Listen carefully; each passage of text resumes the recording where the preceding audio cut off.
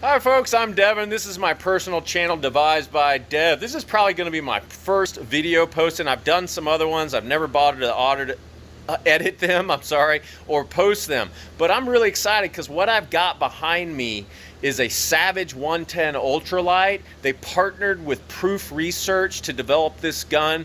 So it's got this sweet carbon barrel. It's chambered in a 6.5 Creedmoor round.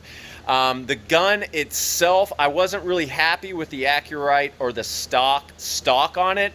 For me personally, I prefer tactical stocks, even though it added about a pound. This gun weighs slightly under 6 pounds, so 1 pound isn't a big deal to me, and it just felt better in my hands. I'm a taller individual, I'm about 6'5", so I wanted to go ahead and switch out the rifle, but also bet it properly. So on my channel, and what I try to do with videos is not regurgitate information or pretend to be an expert in any way. If it's novel and I think it's insightful, then I'll post a video, and that's exactly what I'm doing today. The one thing I couldn't find any information about specifically was these Choate stocks, embedding a Choate stock with these aluminum rails.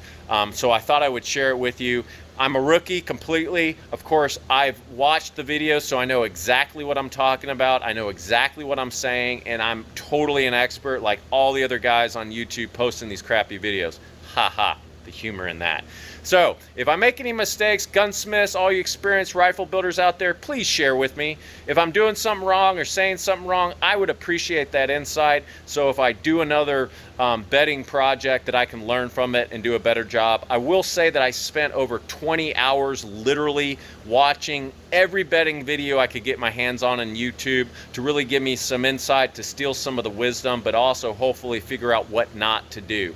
Now real quick, before I jump into the next video, which I've already recorded, I want to go ahead and talk about some of the pre-work that I did that I'm not going to show in this video. So I absolutely, before I even did anything with the stock or any type of tape work or damming, etc., for the bedding itself, I did use 80 grit sandpaper. All the contact areas with this receiver were scuffed to 80 grit. I cleaned everything up from the machining profiles, and I also then used a diamond bit grinder on the aluminum overmolded rail itself, scuffed it up really roughly, and that's key to getting a very good adherence with the epoxy itself. And I did research the living bejesus out of various epoxies that gunsmiths and rifle builders use. I'm going with the gray Marine Tex, and the real reason for that was it's fairly inexpensive compared to DevCon. Prime had it, and I could get it in a day. So there's a myriad of products out there that I researched. I looked at all the PSI, compressive tensile strengths, etc. This is a really good product. It's comparable, in my opinion, to DevCon, which is probably my second choice, but there's also some other great epoxies out there. So I know this is pretty successful, so I didn't want to recreate the wheel here, so that's the product I am using today. Here's where I'm at right now. I am actually ready to mix this epoxy up and start the bedding process, but I wanted to show you my particular setup and some concerns that I had and really why it took me so long. So for one thing, being a fine woodworker, I own a sawmill business and a fine woodworking business here in Texas. I have some pretty cool digital measuring tools. And this is a Wixie, and I see a lot of, it's funny, on the videos for setting up scopes, this is gonna be my go-to, none of those bubble levels. But one thing, tell me what you think about this. So I've taken this bottom rail for a bipod on this gun as the flat surface, and I've zeroed this in at 0, 0. You can see it there, and this is a super accurate angle finder. Actually, it's used for woodworking, for table saws, for setting up your table saw. And so here you'll see I've got it. Ideally, I wanted this thing to be 100% parallel to this stock. Now I understand that there's some inconsistencies. This is a Choate Tactical Stock, and you can see the difference is 0.7 degrees. Now I did not want to force this in to be 100% perfectly parallel because that's just not how the lower receiver wants to sit in the aluminum rail. Now, I'm sure you could do it if you were set up with an end mill, which I am not. I sold my end mill, so I'm pretty darn close. The other thing I have checked is this proof barrel. I have checked the gap. Of course, this is 100% free floating all the way to the end of the barrel, from the barrel nut all the way down. Definitely check that, and you can see there's a big gap in here for these Choate stocks anyway. So that's where I'm at. I don't think it's going to affect accuracy at all, but I'll tell you, I was a little disappointed when I measured this Choate stock when it came in, and let me show you and tell you why. The trigger, you can see here, is pretty darn close from this side to this side, but it is not perfect at all. It is actually pushed this way just ever so slightly. I want to say probably 50 thou. The other thing is that they definitely just made an error on. Look at this hole here for the rear of the trigger guard. And I apologize for that light. There you go. It's hard to see this, but this hole is shifted definitely to the left. So I'm going to go ahead and fill this with the Marine Tech and re-drill that hole. That was definitely a machining error from Choate. They just were quick. The other thing was the actual holes for the lower receiver. This hole compared to the front is slightly off. If I remember correctly, we were talking about 20 thousandths, that this one was actually machined to the left side of this gun, and this one was pretty darn close to dead center. So just some inconsistencies there. Jokingly, I've said, you know, I bought a PSA AR-10 recently, and the stuff that I'm getting made in the USA, unfortunately, has not been of the quality levels that I get from some of the Chinese stuff that have really higher quality standards from US companies having their products made in China. So that's just a comment. I'm not at all saying that China is any better, but we seem to think in America that's made in the USA, it's going to be better. I have proof of 2 different products that I've recently bought that I wish the machining had been a little bit better. If I had machined this stock out of an end mill, I would have made sure everything was aligned properly. But I get it.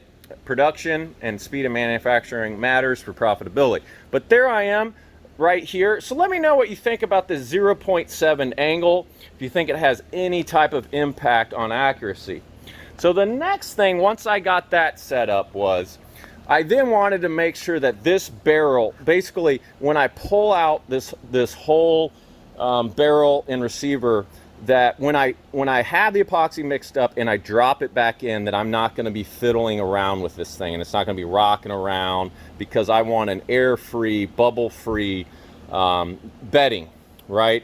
So what I've done is there's actually modeling clay underneath this tape. I've just taped it up because I probably pulled this thing off and on at least 20 or 30 times to measure everything. And so when I drop, so I basically set it up so when I drop it in, it will sit exactly where I want. I don't have to worry about it wiggling around or messing up the epoxy on the bottom. The rear tang, by the way, is 100% free floating. You can see there's a little gap there. So I've gone ahead and just basically used a Dremel and dremeled all that out nicely, and then I sanded it with an 800 grit to give it a nice satin kind of look. Eventually I probably will custom paint this stock myself. But so I've got this all set up. The other thing that I did once I got made sure that the barrel was aligned to the center of the stock, at least as perfectly as this thing can get at this point. It's actually just like the trigger, slightly shifted to the left, and this could either have been a machining issue, or I really think it was when they over molded the aluminum rail in this stock. I get it. I've been in plastic injection molding in my lifetime, and that's probably where some of the error comes from here. But let me know what you think about that itself. So let's go ahead and pull this off and let me show you. Oh, real quick before I do that, the other thing that bugged me a little bit about this stock was this big freaking gap here.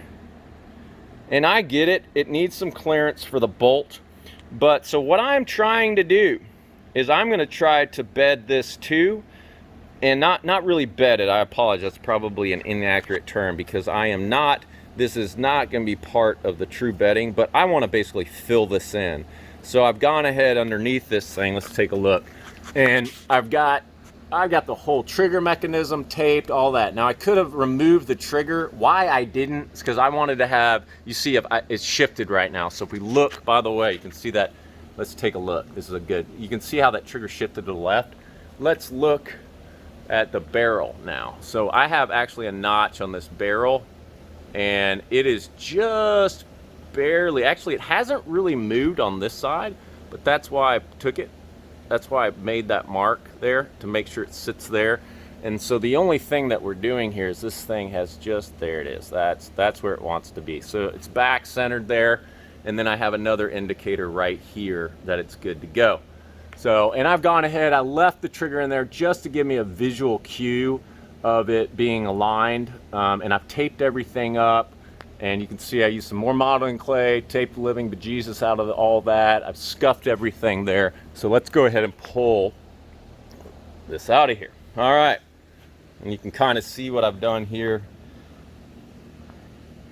More modeling clay, because basically on this side, I'm going to shove in some more of that epoxy to fill that gap. And of course I don't want it to get in any of these moving parts whatsoever. And I've got quite a few layers of tape here to give me clearance. So there's not going to be any interference whatsoever. And then let's take a quick look, and you can see this is the over molded aluminum rail here, solid aluminum rail. And you can see I've gone ahead and used more modeling clay to create a dam here. Hopefully I won't get too much ooze out into this area here. I'm trying to shoot for everything squeezing out into this area, front of the bolt or the lug bolt. And then of course this is really where I want my bedding material. The lug is going to be sitting against this thing, and then this is where we're going to get that nice curved hard bedded material in here and here. So these are my two contact points that I'm after from the lug bolt back, from the back face of the lug bolt back. And we'll go ahead and we'll fill all this in too, and that should cover us. So I'm going to go ahead and bed this thing. I'm not going to show you my bedding process. Just I'll go ahead and show you a video once I go ahead and mix it up and put it all in here. I think what I'm going to end up doing, I haven't made my final decision, but because I don't want to risk rocking this at all, I'm going to let this set up and cure, and then I'm secondarily going to go in this section here to fill and level out this hole to make it look just cleaner. I'm going to do that as a secondary operation.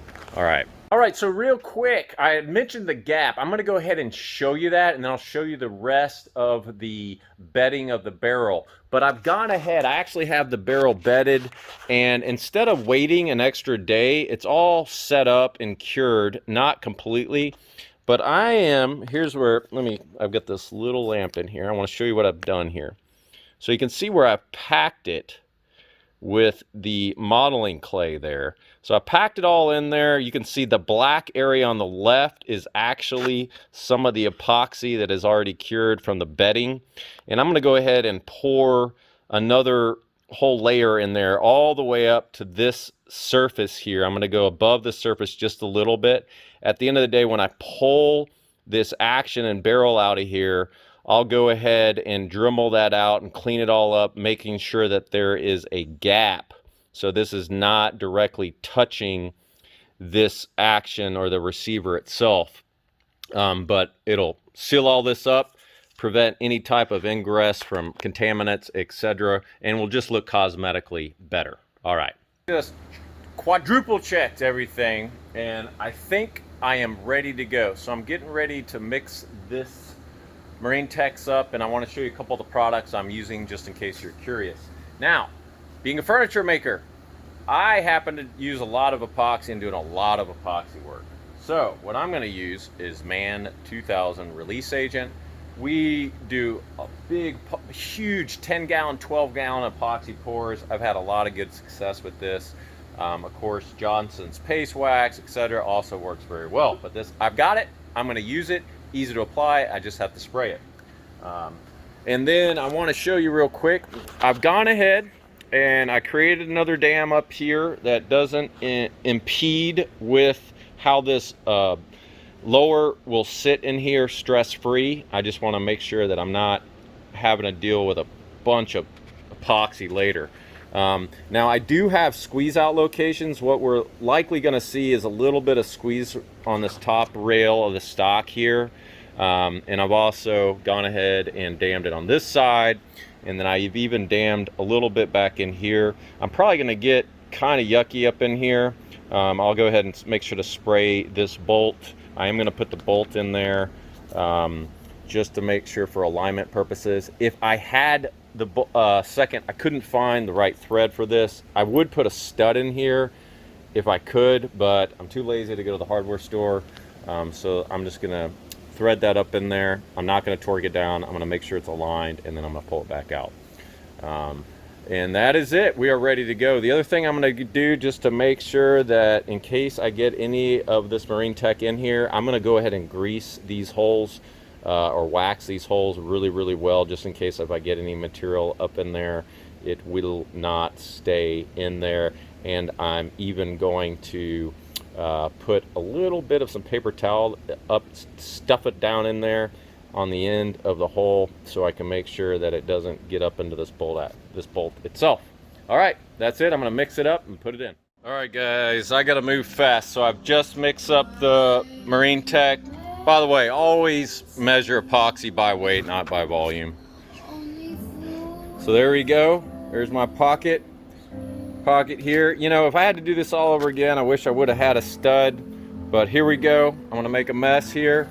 I'll show you the end result once I put this in there. All right, so I've got everything set up. Let's go take a look, and then real quick, I'd like to just share some lessons learned or some insights from anyone that's actually listening to this video this far along. I bless you, because it's amazing. But in reality, here we go. Let's take a quick look, and hopefully I'll get this video right. Normally I would film with an actual camera versus my cell phone. So here's what I'm really happy about. Oh, I keep seeing my ugly video, my ugly finger. Smashed it in between two slabs. I've got squeeze out. So here's the rear receiver bolt is right about in this action, right about here from this action, and I've got squeeze out on this side and this side. Exactly what I'm looking for. I've got squeeze out through here all the way up to this barrel bolt here. Beautiful, not too much, not too messy. Maybe I got lucky, or maybe I actually work with epoxy a lot more than gunsmiths. A little bit of squeeze out here and just a tad there. All right, all said and done. So, in summary and conclusions and just general wrap up, what would I have done different? Absolutely nothing. Perfection. You're looking at perfection right there. Just kidding. You know, the honest truth is there's not a whole lot that I would have done different at this point in the game. Now, tomorrow, which I'll post that video of the results, I may feel completely different. I may have totally screwed this up. But so a couple of my suggestions just in general. Of course, the barrel, the stock itself, make sure to clean it up, rough it up for good adherence. Of course, after I did that, I blew it out with my air compressor, and I used denatured alcohol to clean anything up, all the grease that may have been from the manufacturing or just our hands as humans. We have a lot of oil on our hands. I made sure to clean all that to get proper adherence itself. What else? Outside of some of my concerns with the misalignment on the stock because of maybe quality concerns, my guess is, you tell me, that stocks in general aren't going to be perfect. I mean, as an engineer, I put mics on everything, and I found what, to me, the resolution of a tolerance was really, really broad. So I was a little disappointed in that, but that may just be the nature of the game itself. In terms of, I spent a ton of time, and of course, the reason for that was this was my first time, and I wanted to be super anal, and I wanted to do it right the first time, I hope. So next time, I definitely would be a lot quicker. The Marine Tech itself, in terms of this consistency or viscosity, I thought was perfect. it could flow just a little bit, but it wasn't so viscous that it flowed or would run, kind of like a tabletop epoxy. So I thought the consistency of that was great. I definitely will use the product again. I'm still glad that I did all the alignment on the front end of the barrel and marked it. I did the angle, everything. I wanted to get it as close to perfect as I possibly could, with the consideration to some of the inconsistencies in the Choate stock. And I'd like to know your feedback on some of those inconsistencies. Are they just normal and we deal with them? Or, you know, they don't impact accuracy? Please tell me. I'd like to know that. Outside of that, I'm going to post at least one other video because I want to show you the results, and hopefully if I do it wrong, I'm going to show you the results regardless. In addition to that, if you thought this video was helpful, especially for you rookies or newbies like me, I'm happy to post another one and we can learn and make mistakes together. But what I try to do is leverage wisdom and knowledge from other people, and there's such a great amount of videos out there. If I happen to think of a couple in the description, I'll make sure to post a couple that I found very helpful because I'm thankful to those individuals. I just watched too many of them that I can't make a call out to a single video in particular. I basically chose bits and pieces of certain videos that I thought were best in class practices. There wasn't one single video that I felt like told me everything that I needed to know. And all gunsmiths seem to approach things a little different. So that's really it.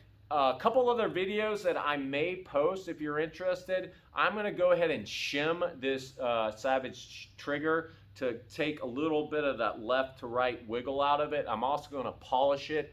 I'm hoping for a very consistent 2 to 2.5 pound trigger. I don't want anything less than that. I'm not a competitive target shooter, and I want it to be a safe gun when I am hunting. And I'm also going to go ahead and lap the lug bolts and also the raceway and the bolt itself.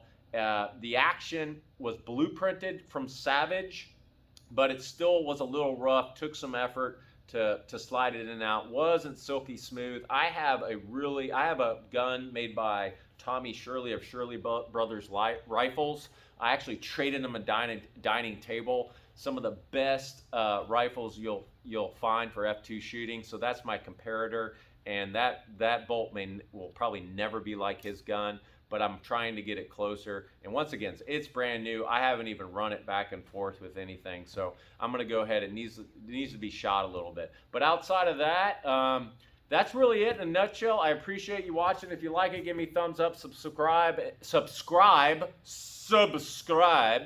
And if you do that, man, I will post more videos. Like I said, I'm not here to make any money. I'm just here to have a little bit of fun on the side and share some helpful information, I hope, to individuals like yourself. All right, see ya.